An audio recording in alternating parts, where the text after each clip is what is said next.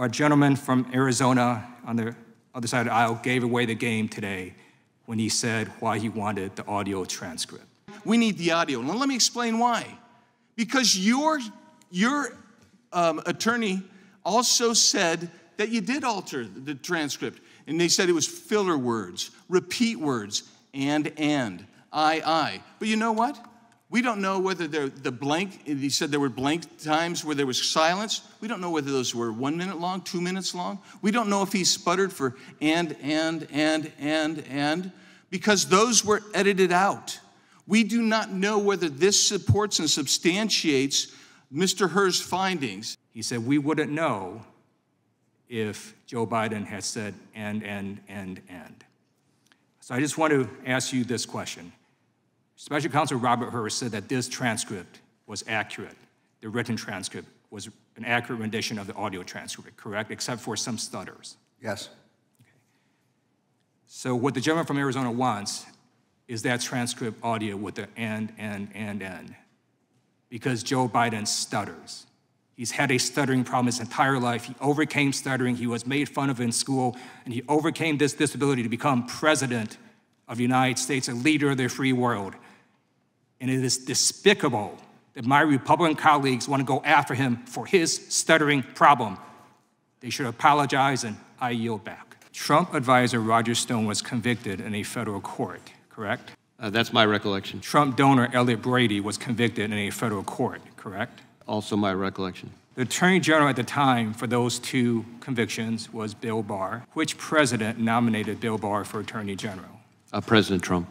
Trump's former campaign chairman, Paul Manafort, was convicted in a federal court, correct? Yes. Trump's former deputy campaign manager, Mr. Gates, was convicted in a federal court, correct? That's my recollection. Trump's campaign foreign policy advisor, George Papadopoulos, was convicted in a federal court, correct? Yes, I think he pled guilty, yes. The Attorney General at the time of those three cases was Jeff Sessions. Which president nominated Jeff Sessions for Attorney General? President Trump. All of these folks were convicted under the administrations of three separate Republican attorneys general. It is not the fault of the FBI that Donald Trump surrounded himself with criminals. Donald Trump brought that upon himself. Special Counsel Robert Hur stated on page 1 of his report, quote, "Our investigation uncovered evidence that President Biden willfully retained and disclosed classified materials after his vice presidency when he was a private citizen. Joe Biden not only kept information he wasn't allowed to keep, he shared it with people who weren't allowed to see it. To date, Attorney General Garland has failed to produce the audio tapes. To determine whether Special Counsel Hur appropriately carried out justice by not prosecuting, not recommending for prosecution the president, the recordings are necessary. The transcripts alone are not sufficient evidence of the state of the president's memory. Frankly, because the White House has a track record of altering the transcripts. The department has a legal obligation to turn over the requested materials pursuant to the subpoena. Attorney General Garland's willful refusal to comply with our subpoena constitutes contempt of Congress." It is a height of hypocrisy for the chairman of this committee to try to enforce a contempt subpoena against Merrick Garland when this chairman himself ignored a bipartisan congressional subpoena. Now, I've been to a number of proceedings in my time in Congress and in the state legislature that have been relatively stupid. But this proceeding goes beyond stupidity. It is a waste of taxpayer resources. Why is that? Because we have the transcript. We have the transcript of the interview between Special Counsel Robert Hur and President Biden. There's no evidence whatsoever that this transcript was made up, that it's fake, that it's been doctored. This transcript was produced by Robert Hur's office. Robert Hur was appointed by Donald Trump. He is a Republican appointee.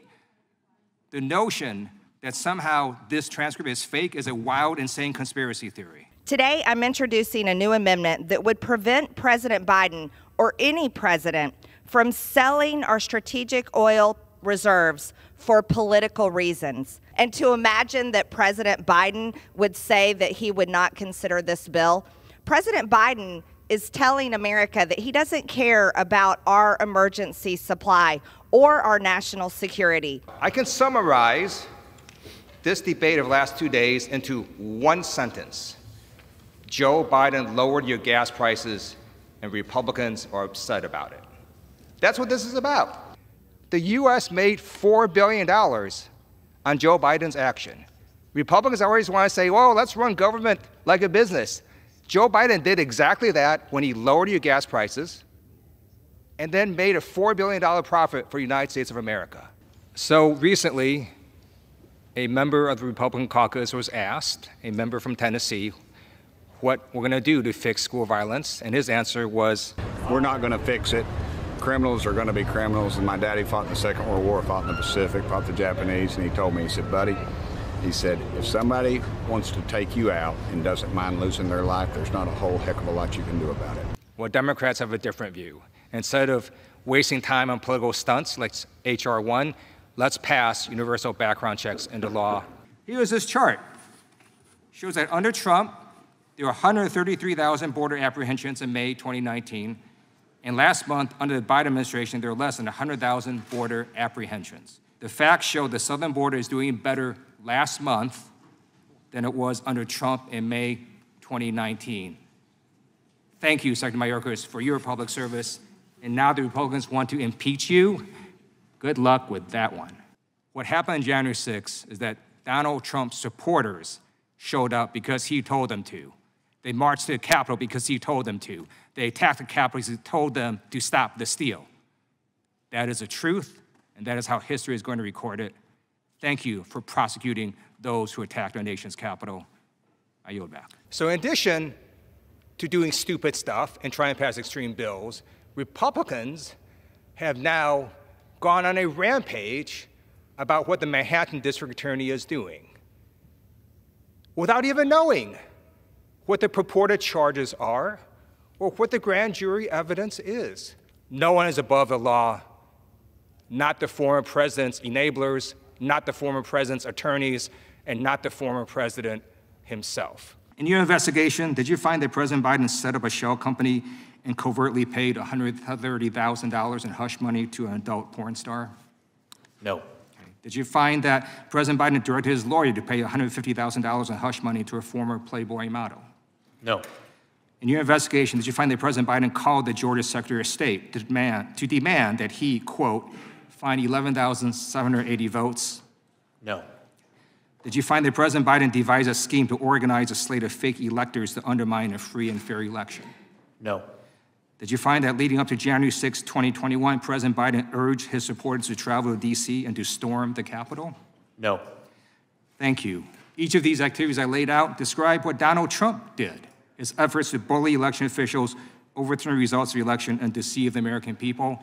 That is why Donald Trump has been indicted in not just one, not just two, not just three, but 4 criminal cases. Thank you, Mr. Chairman. The House Judiciary Committee is responsible for helping to ensure the rule of law. Unfortunately, the chairman of this committee himself ignored a bipartisan congressional subpoena. The actions of this chairman have made it harder for congressional committees to get information from witnesses and have hurt the rule of law. Thank you, Attorney General Garland, for your public service. I'm going to ask you a series of simple questions about past concluded cases to get the facts out to American people.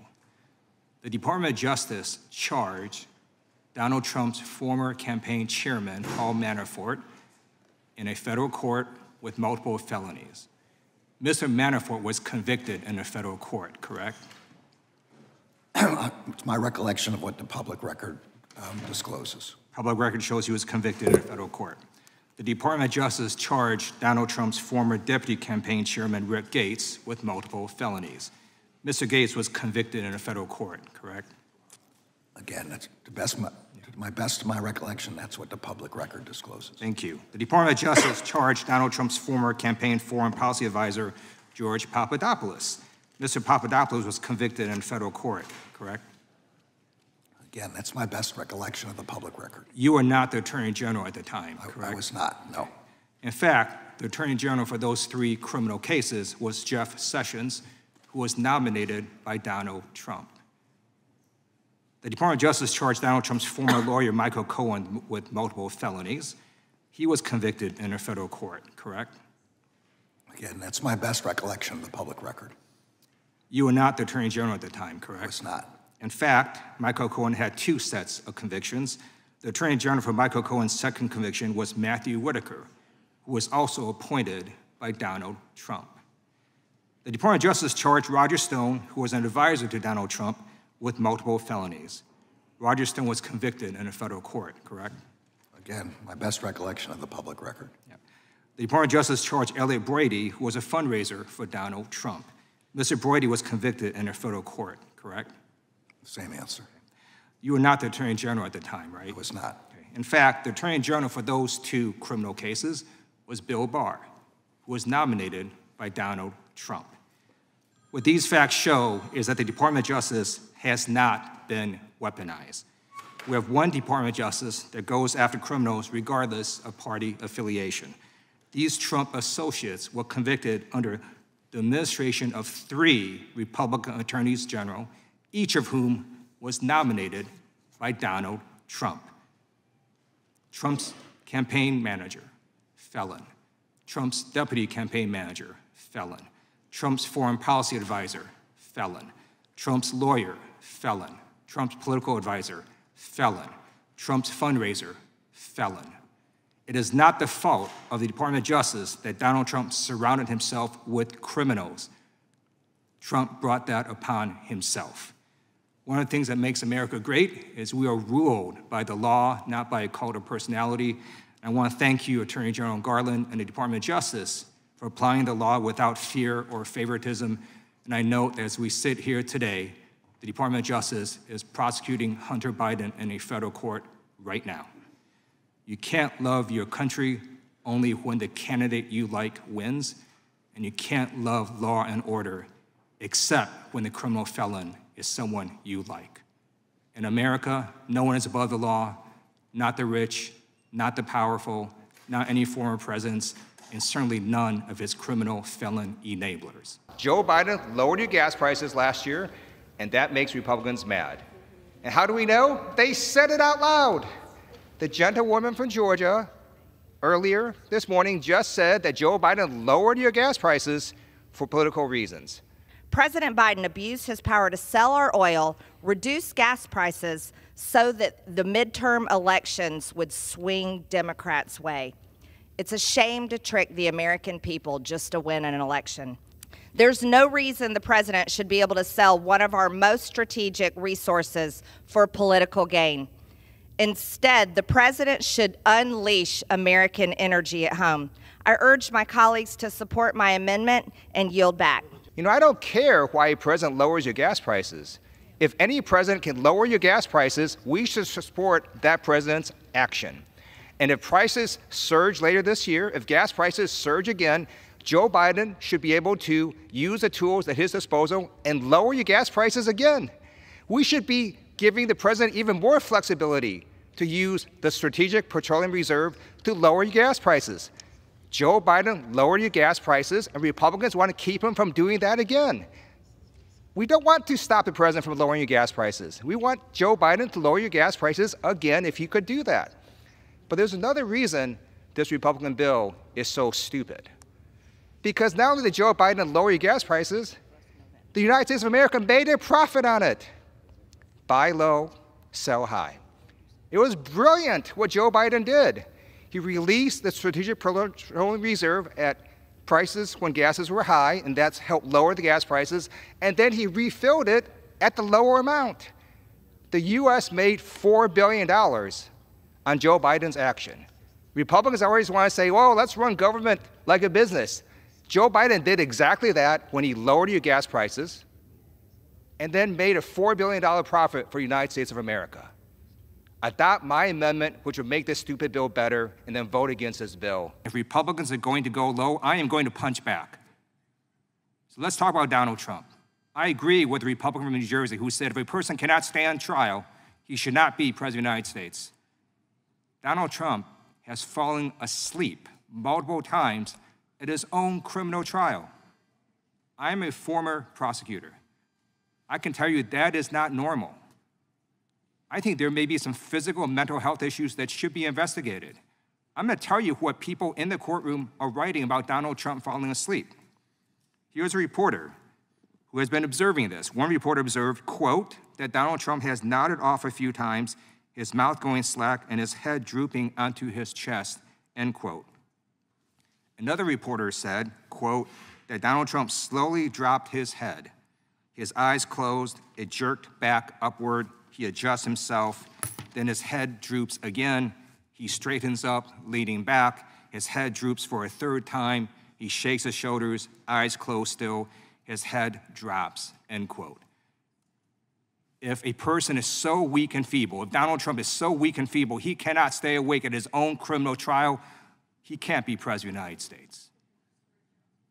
So instead of going around trying to smear different people, why don't we work on a bipartisan basis on issues that matter to the American people? Like, how about let's do a bipartisan hearing and let's do some bills to fix our broken immigration system. But the Republicans here don't want to do that. They don't want to work on a bipartisan basis. They don't want to fix this. Why? Because Donald Trump told them not to. Well, okay, so how about another issue? Let's talk about high prices. Prices are high. We did get a good report yesterday that inflation has now slowed down. That is good, but prices are still high. Why don't we work on a bipartisan basis to look at price gouging? We have companies making record profits. They're gouging consumers. Let's have a hearing on that. Why don't we have a hearing on that? Because Republicans don't want to fix this issue. They want it as a campaign issue. Okay, then how about let's do a topic that isn't a campaign issue. Artificial intelligence has now become prevalent in many places.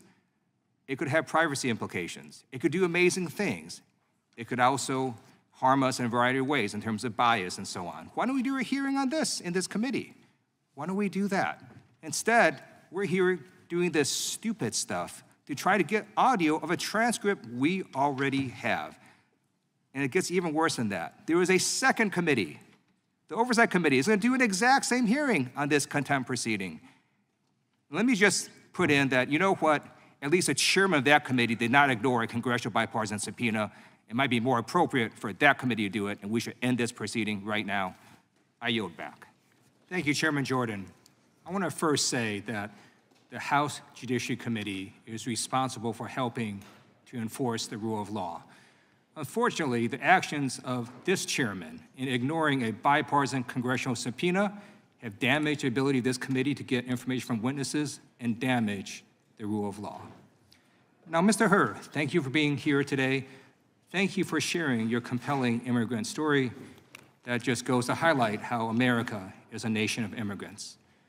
I'm going to ask you a series of questions, yes and no questions. They are not trick questions. They're simply designed to highlight what you already found in your report, which is that there are, quote, material distinctions, end quote, between President Biden's case and Mr. Trump's case. So here's my first question. In your investigation, did you find that President Biden directed his lawyer to lie to the FBI? We identified no such evidence. Did you find that President Biden directed his lawyer to destroy classified documents? No. Did you find that President Biden directed his personal assistant to move boxes of documents to hide them from the FBI? No. Did you find that President Biden directed his personal assistant to delete security camera footage after the FBI asked for that footage? No. Did you find that President Biden showed a classified map related to an ongoing military operation to a campaign aide who did not have clearance? No. Did you find that President Biden engaged in a conspiracy to obstruct justice? No. Did you find that President Biden engaged in a scheme to conceal? No. Each of the activities I just laid out describe what Donald Trump did in his willful mishandling of classified information and his criminal efforts to deceive the FBI. In contrast, President Biden handed over documents without delay and complied fully with investigators. Mr. Hur, in your report, you write that, quote, according to the indictment, Trump not only refused to return the documents for many months, but he also obstructed justice by enlisting others to destroy evidence and then to lie about it, end quote. You also say that if proven, these would be, quote, serious aggravating facts, end quote. Do you still stand by your analysis? I do. Okay. I have a few more questions as well. In your investigation, did you find that President Biden set up a shell company and covertly paid $130,000 in hush money to an adult porn star? No. Okay. Did you find that President Biden directed his lawyer to pay $150,000 in hush money to a former Playboy model? No. Each of these activities I laid out describe what Donald Trump did, his efforts to bully election officials, overturn the results of the election, and deceive the American people. That is why Donald Trump has been indicted in not just one, not just two, not just three, but 4 criminal cases. I yield back. Thank you, Mr. Chair. The House Judiciary Committee has the responsibility of helping to ensure the rule of law. Unfortunately, this committee's chairman ignored a bipartisan congressional subpoena. The horrible precedent set by this chairman has damaged the credibility of all congressional committees in seeking information from witnesses and damaged the rule of law. Attorney General Garland, thank you for your public service, and thank you for being here today. I'd like to start by showing a video of January 6th, and then I'm going to ask you some questions about that day.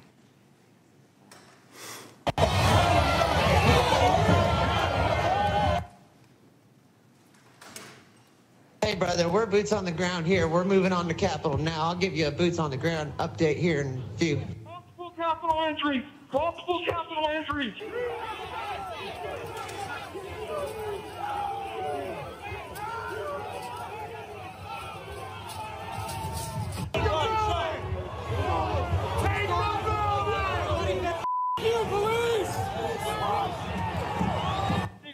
We're still taking metal, sharpened objects, missiles to include bottles and rocks, and hand-thrown chemical-grade fireworks.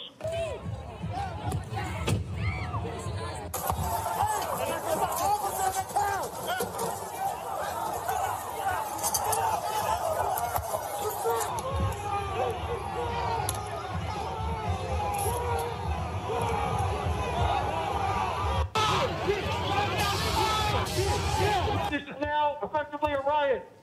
1349 hours declaring it a riot.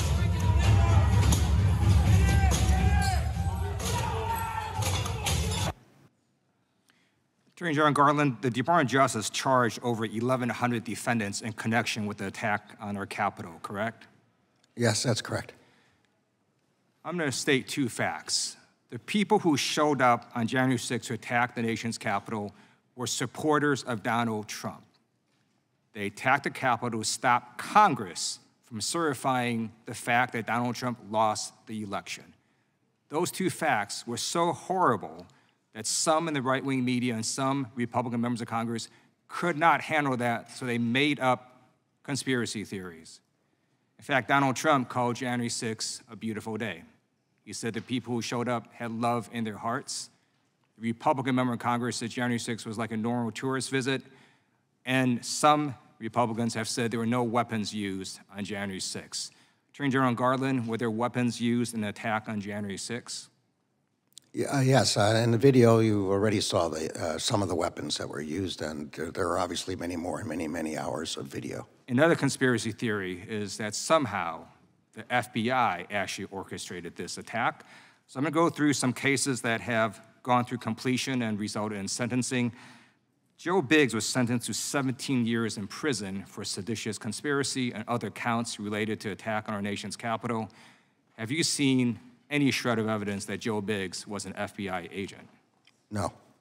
In fact, Joe Biggs was a member of the Proud Boys.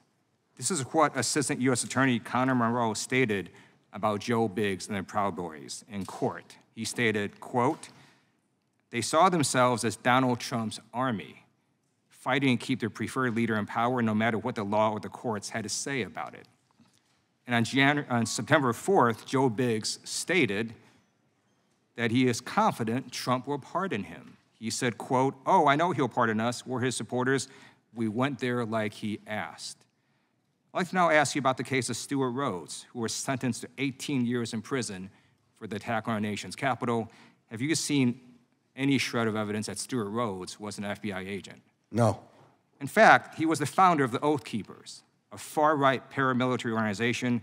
Rhodes asked Donald Trump to call them up as militia. And then I'd like to ask you about Enrique Tarrio, who was sentenced to 22 years in the attack on our nation's Capitol. Have you seen any evidence that Enrique Tarrio was an FBI agent? He was not an FBI agent. In fact, he was the leader of the Proud Boys. What happened on January 6th is that Donald Trump's supporters showed up because he told them to. They marched to the Capitol because he told them to. They attacked the Capitol because he told them to stop the steal. That is the truth, and that is how history is going to record it. Thank you for prosecuting those who attacked our nation's capital. I yield back.